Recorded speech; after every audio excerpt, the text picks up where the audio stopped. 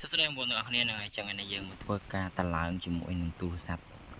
Oppo A6X ថ្មីរបស់យើងណាចឹងយើងបើកមកយើងចុចកន្លែងសញ្ញាព្រួយនឹងមក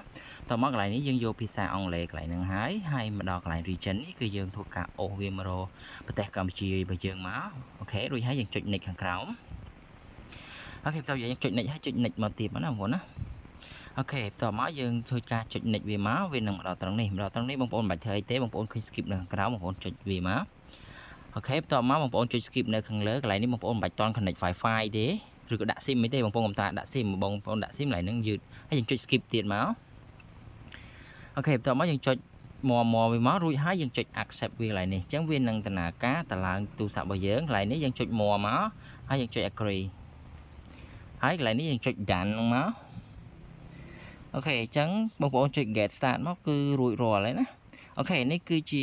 ការតឡើងជាមួយនឹងទូរស័ព្ទ Oppo A6X ថ្មីសម្រាប់ Android គឺយើងតឡើងស្រៀងដូចគ្នានឹងឯងប៉ុន្តែវាមានខុសគ្នាតិចតួចសម្រាប់តាម version ថ្មីដែលក្រុមហ៊ុនដាក់មកអញ្ចឹងណាអញ្ចឹងបងប្អូនដែលអត់ទាន់ប្រកាស